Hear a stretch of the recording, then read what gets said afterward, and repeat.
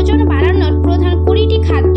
সুস্থ জীবনযাপন করতে এই ভিডিওটি শেষ পর্যন্ত দেখুন। আমার চ্যানেলে নতুন সদস্য হয়ে থাকলে চ্যানেলটি সাবস্ক্রাইব করতে ভুলবেন না। অনেক মানুষ রয়েছে যারা একটু মোটা হওয়ার জন্য ভুল খাদ্য গ্রহণ করেন, ফলে শরীরে নানা ধরনের সমস্যার সৃষ্টি হয়ে যায়। এই জন্য উচ্চ ক্যালোরিযুক্ত জিঙ্ক ফুড এবং পুষ্টিকর খাদ্য খেলে হবে না। পুষ্টি ও শক্তি উভয়ই আছে এরকম খাদ্য খেতে হবে। সেই জন্য জেনে নেওয়া যাক খাদ্যের তালিকা সম্বন্ধে। চীনাবাদাম বাটা মাখা। চীনাবাদাম বাটা অর্থাৎ বাদামের মাখন রুটিতে মেখে সকালের টিফিনের সময় প্রতিনিয়ত খেয়ে থাকলে যথেষ্ট পরিমাণে শক্তি উৎপন্ন হয়। এই কারণে চীনাবাদাম বাটা মাখন শরীরের পক্ষে খুব কার্যকরী ভূমিকা পালন করে থাকে। সেদ্ধ ডিম খাওয়া। একটি সেদ্ধ ডিমে রয়েছে প্রচুর পরিমাণে প্রোটিন।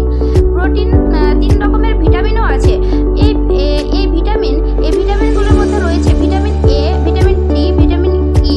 এছাড়াও রয়েছে প্রচুর পরিমাণে কোলেস্টেরল। এই জন্য বলা যায় কোনো ব্যক্তির ক্ষেত্রে স্বাস্থ্য শরীরের প্রয়োজনের প্রত্যেক দিন সেদ্ধ ডিম খাওয়া খুবই দরকার। বাদাম ও মধু সমৃদ্ধ খাবারের উপকারিতা। এই ধরনের বাদাম ও মধু সমৃদ্ধ খাবারে রয়েছে প্রচুর পরিমাণে ক্যালোরি, প্রায় 500 ক্যালোরির মতো আছে। এই ধরনের ভিটামিন সমৃদ্ধ খাবার মানুষকে ফ্যাটি হতে সাহায্য করে। মাখনের গুণাগুণ। সকল ব্যক্তির ক্ষেত্রে দীর্ঘমেয়াদী ও ওজন বৃদ্ধিতে সাহায্য করে সক্ষম মাখন। তবে মাখন খেতে চাইলে পরিমাণ মতো খেতে হবে, কারণ অতিরিক্ত মাখন খাওয়া হার্টের পক্ষে খুবই ক্ষতিকারক। ভুট্টার রুটির উপকারিতা। ভুট্টার রুটিতে রয়েছে প্রচুর পরিমাণে কার্বোহাইড্রেট, আর কার্বোহাইড্রেট আমাদের শরীরে ফ্যাটি হওয়ার সম্ভাবনা থাকে। এই কারণে ভুট্টা একটি স্বাস্থ্যকর খাদ্য বলা যায়। পনিরের উপকারিতা। পনির তৈরি হয় দুধ থেকে, এবং দুধে রয়েছে প্রচুর পরিমাণে প্রোটিন, ক্যালসিয়াম, চর্বি ও কোলেস্টেরল। এমনকি 1 চামচ পনিরে রয়েছে প্রায় 69 ক্যালোরি শক্তি। এই জন্য বলা যায় মানুষের শরীর সুস্বাস্থ্যের পক্ষে প্রোটিন খুবই গুরুত্বপূর্ণ ভূমিকা পালন করে থাকে।